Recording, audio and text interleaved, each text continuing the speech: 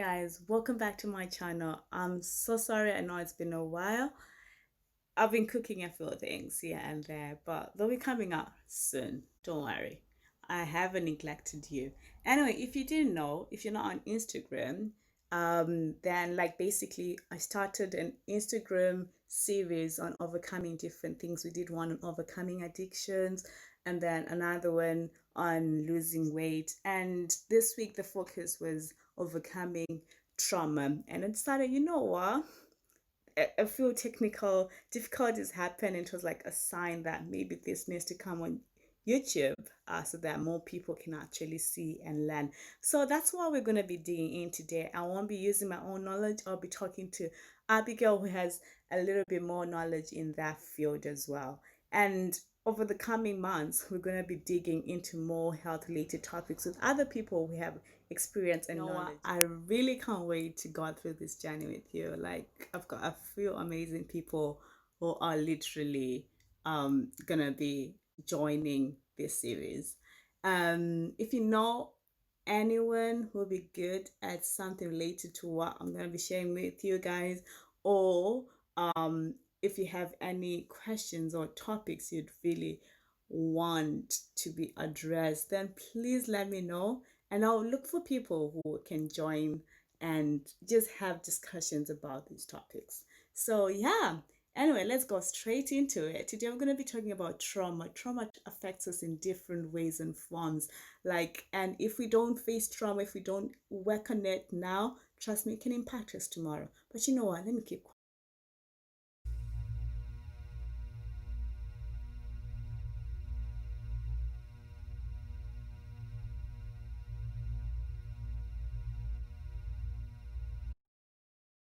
So hey guys, today in our midst we've got Abi Hazel, who is gonna be sharing some tips, a bit of knowledge.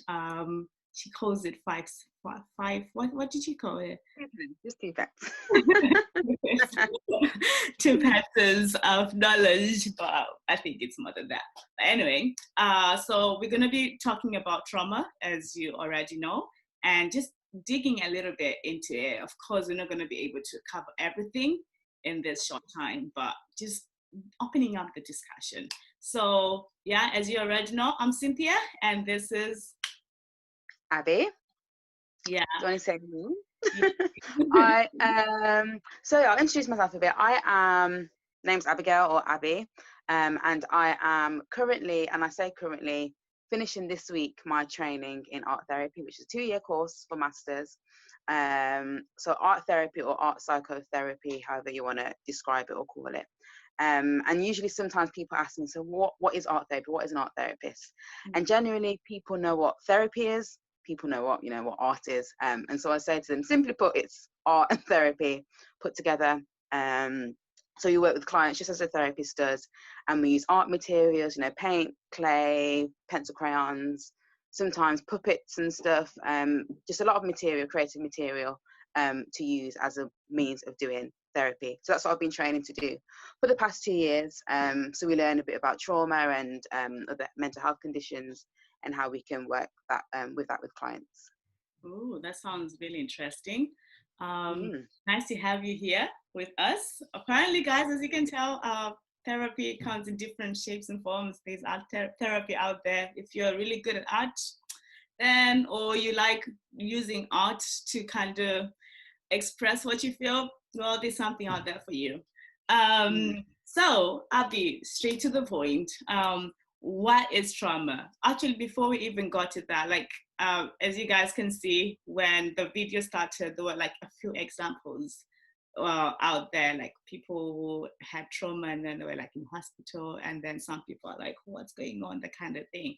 But and literally there are different definitions of trauma out there. There's like the medical one and the, can I say normal one?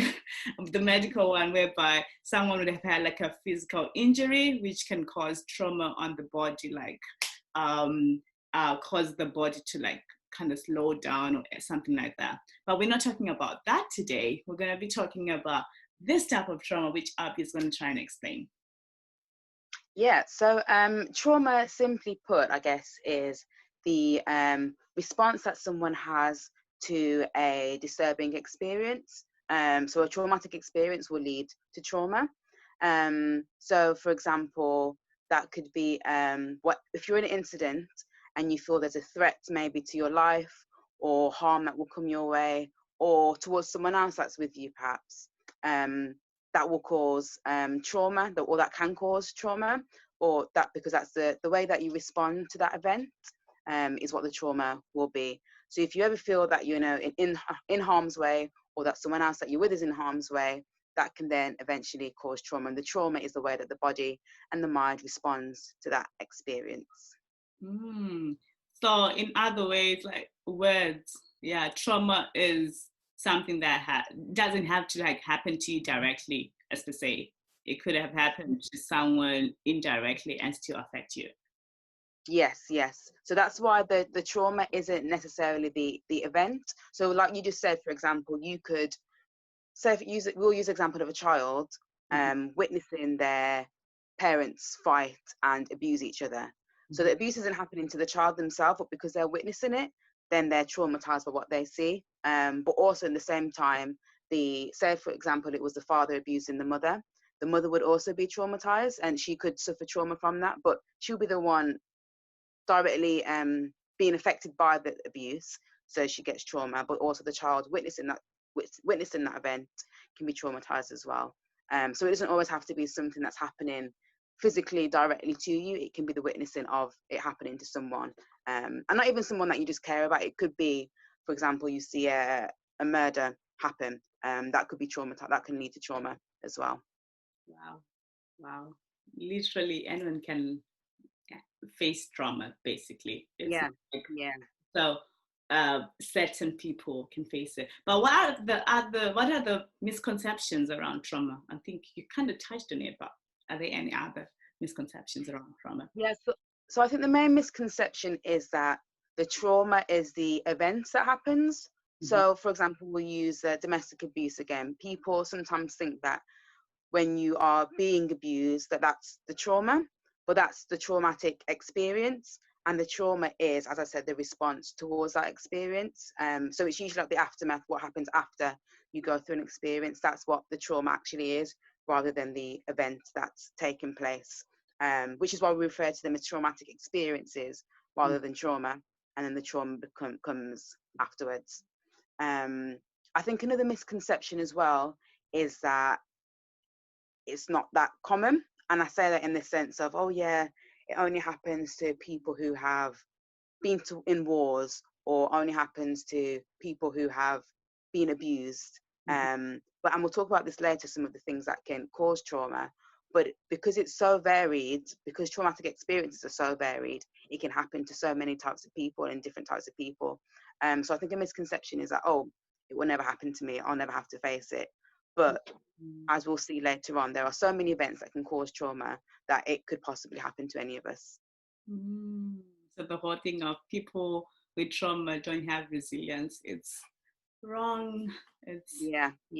And okay. often just on that as well, often we think that those who, for example, have had something happen to them and they seem really strong and resilient, it's like, oh yeah, they're doing a good job. It doesn't actually negate that the trauma. It could just be their way of kind of covering it up. So often just because someone looks resilient, it doesn't actually mean that they haven't been traumatized. And so I think that's another misconception as well, that people can be very good at kind of concealing their trauma. Jeez. Interesting. Mm. Okay, right. And yeah, because you kind of touched on some of the, like, basically, I'll touch on the causes of trauma. What are the causes of trauma? I think, yeah, Mm-hmm. what are the causes of trauma? Yeah. Oh, actually, before I go to the causes, actually, I'll speak about there's various different types of trauma, and there's three kind of common types of trauma. So there's acute trauma, there is chronic trauma, and there's complex trauma. I think I've got those right. Yeah. So the acute trauma, which is the first one, is what happens when you, for example, have one incident that's happened to you. Acute trauma is usually just with a single incident. So say, for example, someone is in a car crash and they've only been in the one car crash, but they can still become traumatized from the accident. So that's what we would call acute trauma, because it's been from a single event that's happened. And then we have chronic trauma, which is as a result of continual, like, repeated experiences. So, for example, that could be witnessing domestic abuse, from the child's point of view, continually seeing that happen to a parent, or for the parent continually having to go through that, and that's what we will call chronic trauma. And then complex trauma, let me just get my notes here. Complex trauma is the similar to chronic in that it's kind of the repeated events, but it can be multiple different things, multiple different traumatic experiences that are taking place. Ooh. Ooh. Okay. All right. I think we'll touch on that later. All right. Interesting. Interesting. And the causes? Yeah, so some of the causes, as I said, because it's so varied, so broad, there are a lot of different things that can cause trauma.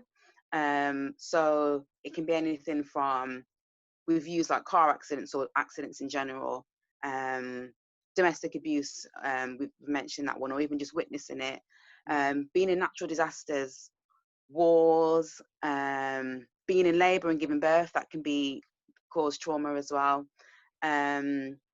Witnessing a crime or being a victim of a crime, being a victim of any kind of abuse, all these things can lead to trauma. So as I said, it is really varied what actually can cause trauma, which is why it can happen to anyone. Mm. Hmm. Yeah. All right. All right. But okay. So right now we've talked about how there are different types of trauma. There's acute, chronic, and I always forget the third one. Complex. Complex trauma. Yeah. I remember acute and chronic because it's kind of related to nursing. So it's like, okay, there's acute and chronic. Yeah. Yeah. And complex. So, and basically we've talked about what could cause like trauma, basically. But how can one know, or like if I'm looking at someone, can I look at someone and be like, oh, I know they've been traumatized, or let's say someone was traumatized, I'll face the trauma, not traumatized, yeah, face the trauma, but how can people know when they've had a trauma? Let me rephrase that. How do you know when you've been through trauma? Yeah, simple and straightforward. Yeah. So I don't think it's possible to kind of just like look at someone and be like, oh yeah, they've been traumatized once, or they've been through something. But there are, and again, because it is so varied, people will show different signs and symptoms of their trauma. And it can also depend on what the experience has been for them. That can kind of determine what the symptoms of that trauma are. But there are some common signs of trauma, common symptoms. And it's easy to kind of break them down into, again, 3 sections. There's emotional symptoms, there's physical symptoms, and there's psychological symptoms. So I'll talk briefly first about the emotional symptoms. As we can kind of probably guess, like, emotional symptoms will be various emotions that people feel. So it could be anything from sadness, it could be anger, hatred, it could be like a real, and when I say sadness, like a real deep sadness as well, that can then sometimes lead to depression, or it could be the total opposite of or feeling emotion, in the sense that sometimes people feel no emotion at all, so they're void of any feeling towards what's happened to them, the memory of what's happened to them, which can also be linked to the denial of their experience. And it's really just the body's way of protecting itself, protecting the mind. You know, no one really wants to ponder on something traumatic that's happened to them. You know, no one wants to have to relive that daily. So the body will sometimes almost trick ourselves into forgetting what's happened. And when it does that, we can kind of feel no feeling at all towards what's happened to us, or sometimes just kind of forget that it's even happened. So we will suppress the emotion just so we don't have to actually feel anything. So on one side, you can feel real deep feelings from, okay, so well, actually, I don't feel anything at all. Ah, interesting. Because I was doing I did a research a while ago, and I remember it kind of talked about one of the treatments. I'm sure we'll talk about that later. Like one of the treatment called somatic experience therapy, whereby they use it to kind of help the person to remember and deal with the feelings or whatever that are suppressed, because apparently, like you've said, sometimes um after someone has faced trauma, they can try to, like, the body can try to kind of fight it by putting it down so that you actually forget what happened. And Yeah. sometimes there's some studies have shown, like, sometimes this can also lead to certain addictions in the future, Mm-hmm. whereby someone is trying to, they might not know, they might know why they're facing this addiction, or sometimes, like, people will avoid, like you've said, whereby there's a story that I actually listened to, whereby there was a guy, um, he grew up not wanting restaurants. Whenever people wanted to, like, whenever people invited him to restaurants, he'd be like, nah, it ain't happening. So he was always avoiding restaurants until one time he went to a therapist, a counselor therapist, something like that. And then during that therapy, that's when you realize, like, through the questions, I was like, oh snap, wait, I hate restaurants because back in the day when I was younger, my parents actually got divorced in a restaurant. Not got divorced. Like, they told me that they were separating, they're getting divorced in a restaurant. So since Mm. then, I've always had like this negative kind of like link with restaurants. But I literally almost forgot why I hated restaurants.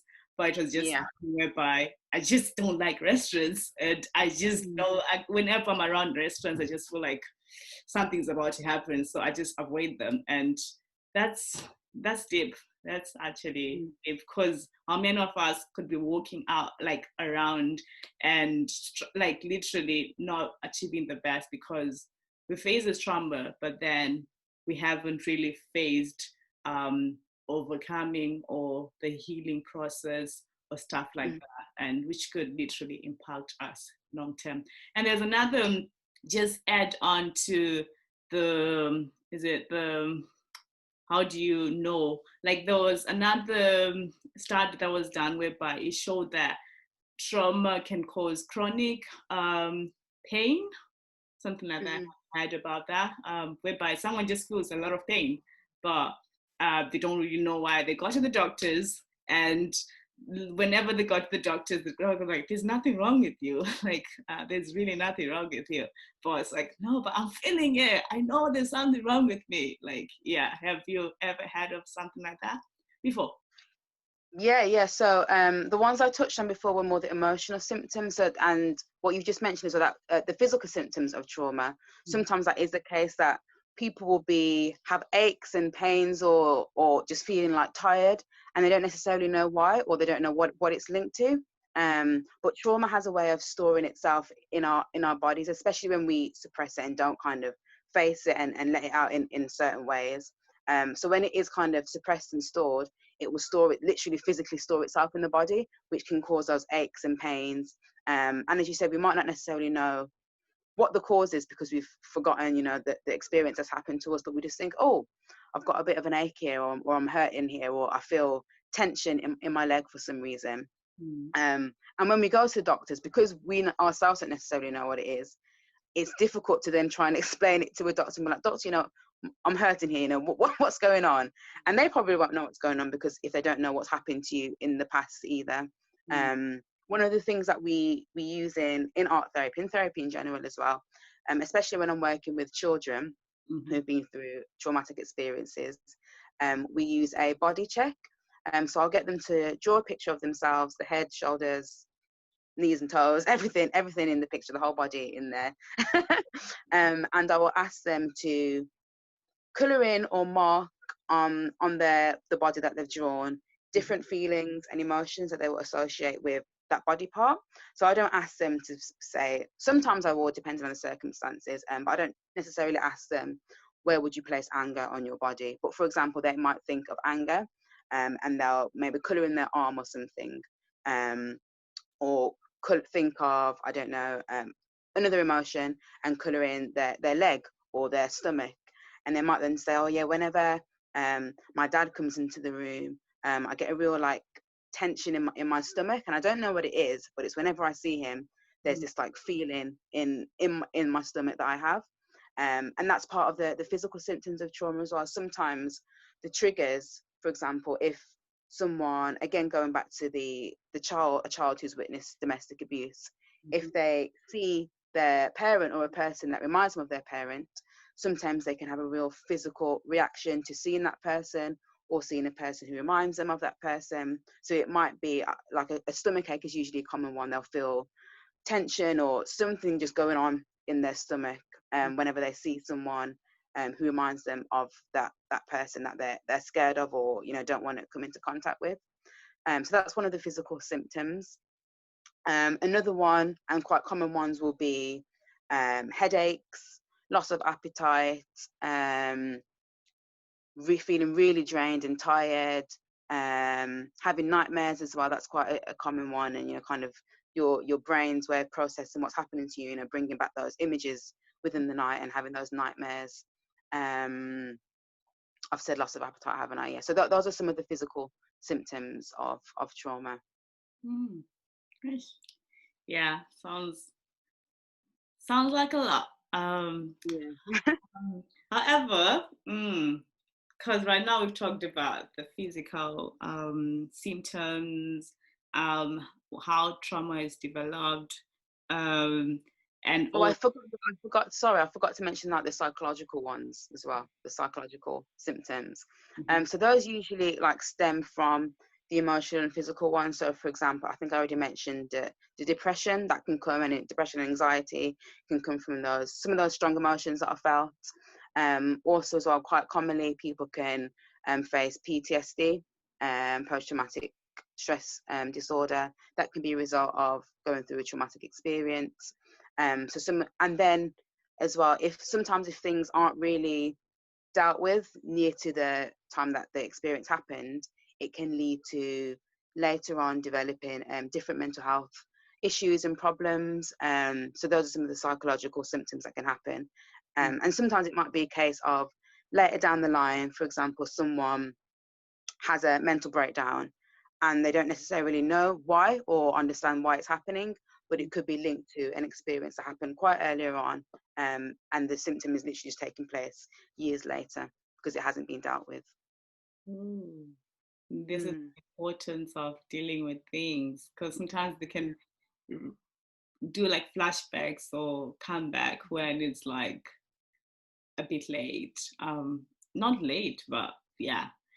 Oof, interesting. So someone could be like listening to this and like, okay, sounds a little bit familiar. I feel like this is talking about me, Cynthia or Abi. Why are you talking about me? Now the question is, how can I move on from trauma? How can someone move on from trauma?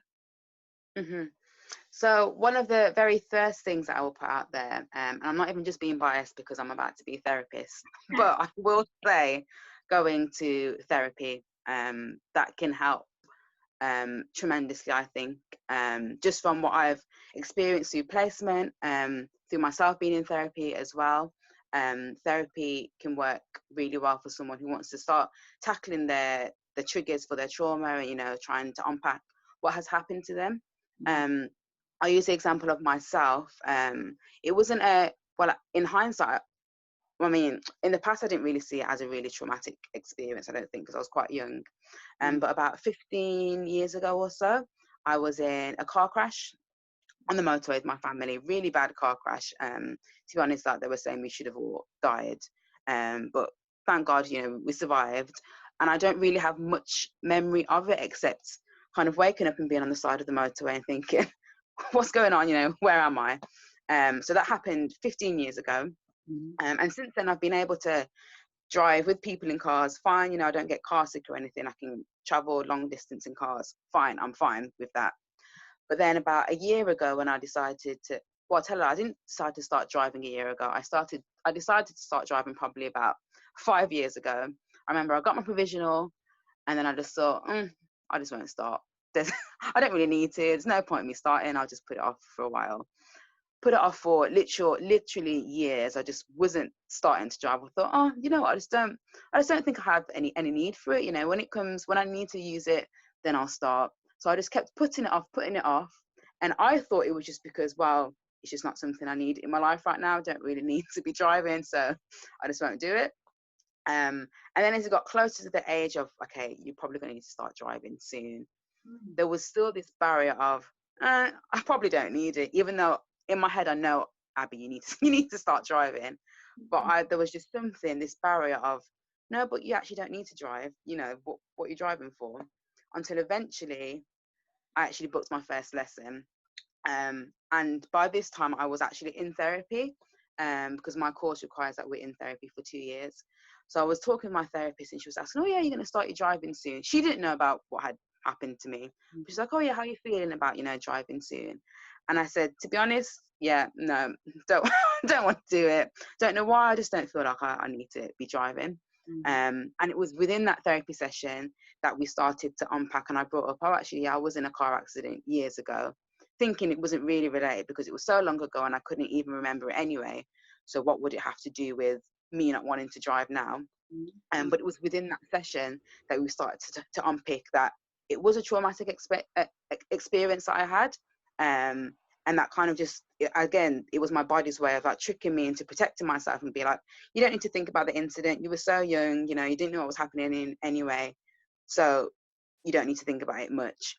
But it did affect me in that it was putting up this block and barrier to me actually being the one able to drive. And I didn't realize it was because of that traumatic experience that I had.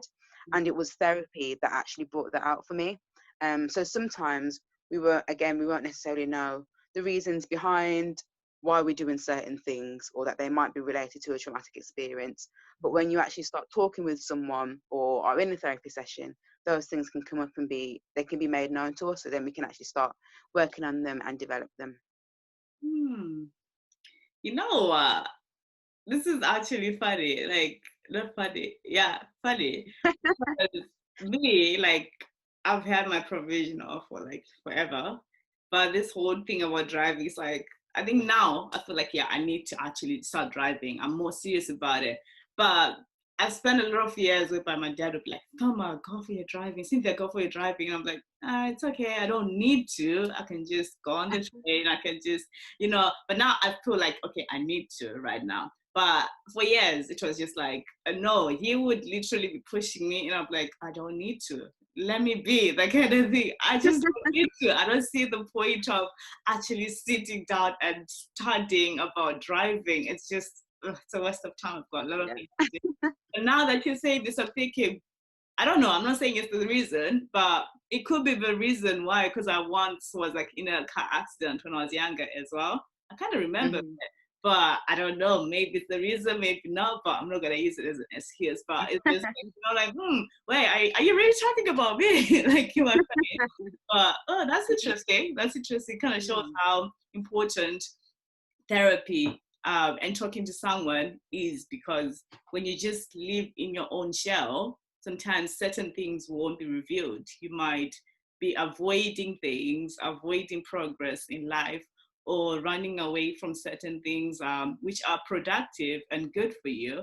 But because something happened back in the day, so it's like your body's like, no, don't, even though it might be a good thing, but because it's in a negative way, it was a good thing, but done in a negative way, now you start avoiding every good thing like that, even though it might be done in a good way.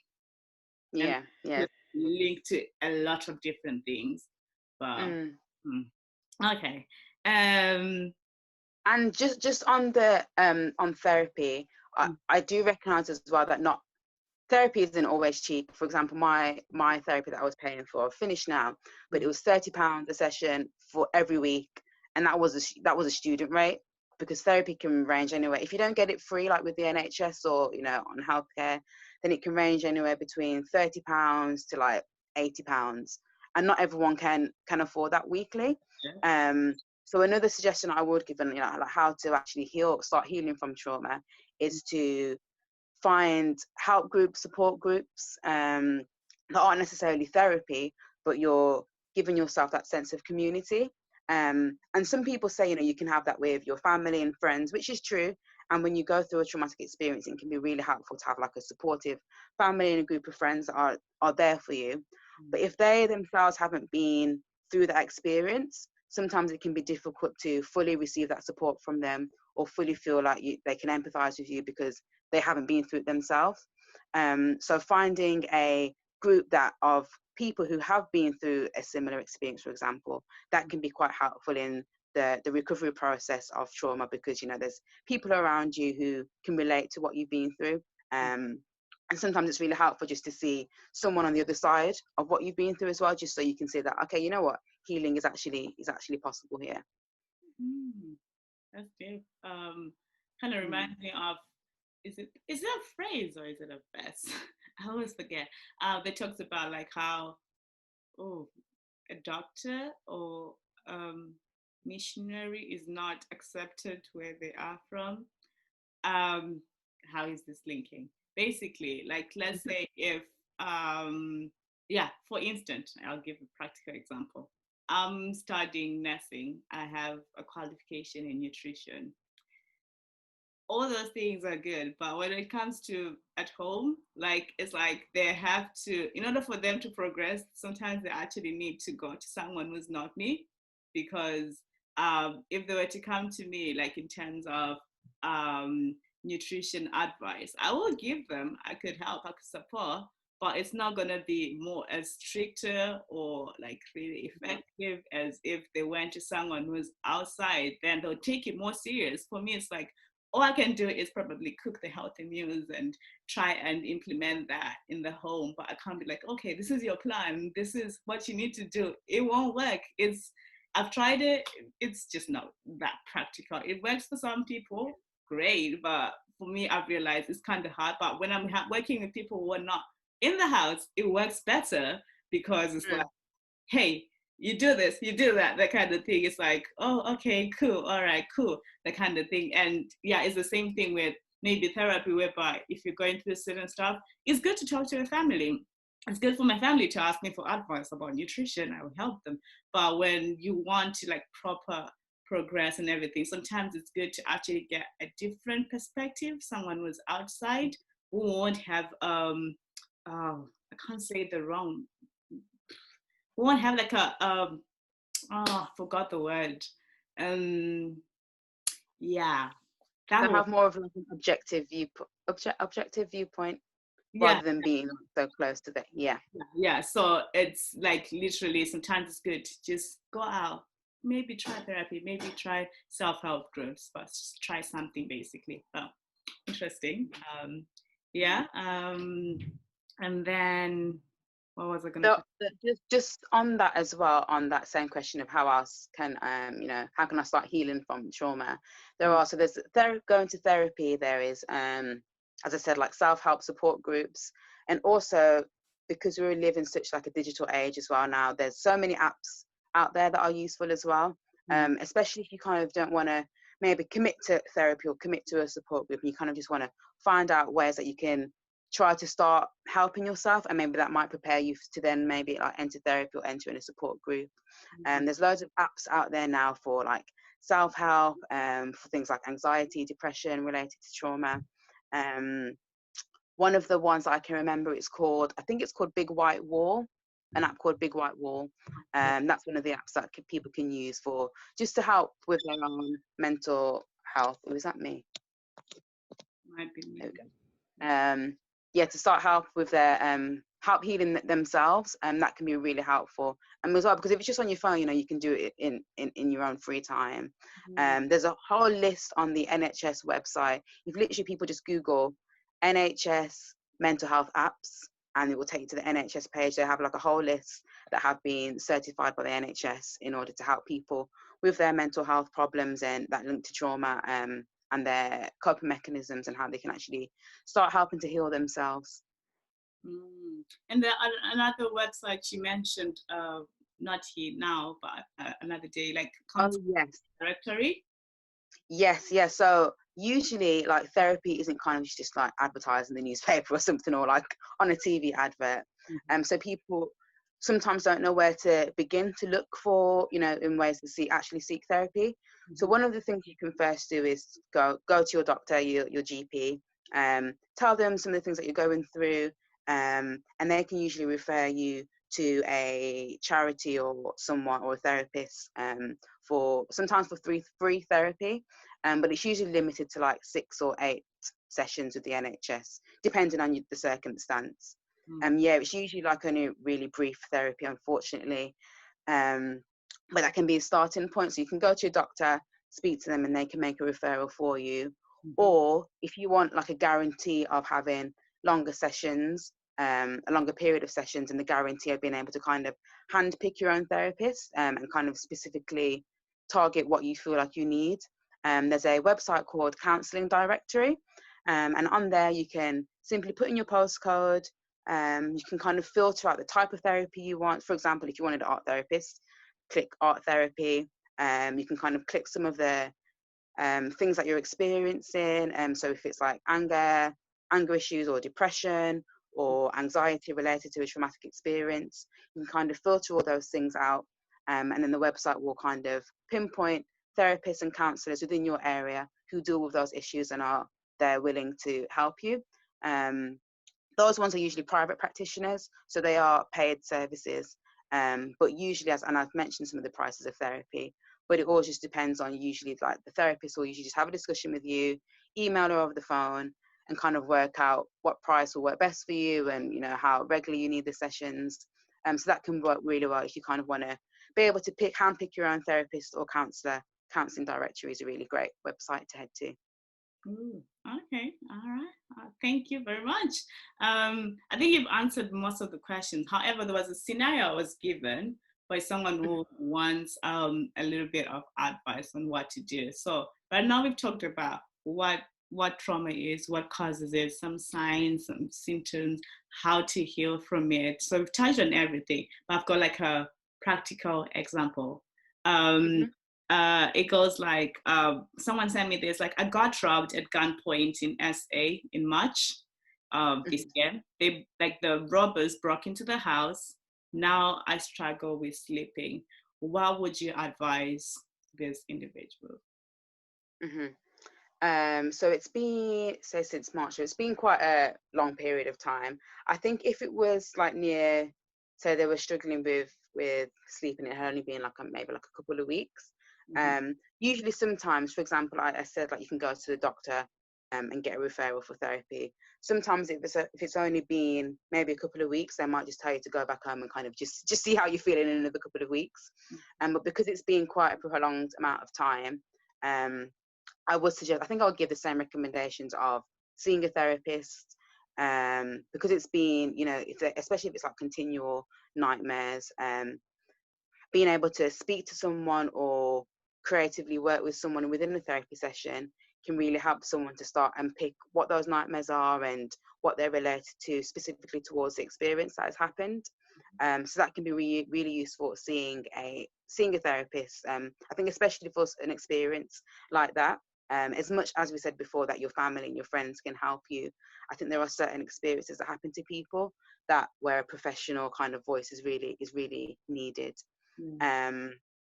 And I think as well, I couldn't not give this one just because I wouldn't be able to give this advice once I'm working, but as a Christian, one of the things that really keeps me is prayer. That's something that really through difficult times. I use the example of on my course. It's a really tough course, and my supervisor and my therapist have both said to me like several times, "Are you sure you're doing all right? Because we know the course is really tough, but you just seem to be kind of like not stressing or anything." And then in my head, I'm thinking, should I be stressing about things like, am I doing this all wrong? And I've realized it's because of my faith and just the belief that, actually God's got me. The prayers have covered me. So I know that really helps in difficult times as well. For those who do believe, prayer can work wonders. But at the same time, I think it's key to note that it's not just prayer on its own. One of the things that frustrate me, especially as a Christian therapist, is when people are like, oh yeah, so I've been through something, and I'm going to go to pray to God, and He's going to sort it all out. And I say, yeah, but what what else are you doing, you know? And we have this, sometimes as Christians we can have this thought of, yeah, well, if I pray to God, you know, He's God, He's going to sort it out anyway, which is very possible He could do. But I believe that God has given people skills and professions and careers for a reason. So He's placed therapy in the world for a reason. You know, it's for us to utilize when we need. So I think, as well as having prayer and faith, which is great and really needed, there has to be practical things alongside that. And putting your faith in practice and seeing, okay, God, I'm praying to you because I've been through this thing. What do I actually need to practically do now? And so going to therapy could be one of those practical things that you can actually do, enable you to start healing. I like that. Yeah, going on with the Christian route, like, because I'm also a Christian, like, there's a verse, Matthew chapter 11, verse 28, which talks about, come to me, all are weary and heavy laden, and I will give you rest. So Jesus is saying, you know what, if you are weary, if you're going through something, if you're struggling, you know what, come to me. It's come is an invitation. So, but it's up to us to either accept it or not accept it. When someone is inviting you somewhere, you really don't know if where you're going, if it's gonna be the best thing, or if it's gonna be boring. But in order for you to know, you have to go. You have to actually accept the invitation. And God is saying, come to me, those who are weary and heavy laden, you know, and I'll give you rest. So by I will give you rest, it doesn't mean that he didn't say who are weary and heavy laden, and I'll make you unweary and heavy laden. You say, I'll give you rest. So sometimes it doesn't mean that you will get your answer there and there, in terms of the traumatic experience, or kind of become, you'll forget about it and you'll move on there and there. But sometimes it might take a while. But He's saying, I'll give you peace of mind. I'll help you through it. Oh, just come to me and just try me, you know, and I'll give you rest. Yeah. You will see, you will find out what rest is, but you have to come to me. So God is saying, you know what? The Christian aspect is amazing. Like, you need to come to me. I'm there. However, when you look at health, basically health, it's not just when it comes to health, like, what is health? Health, it's like whereby your physical, mental, social, and with the spiritual aspect, it's like the spiritual aspect has to be healthy as well.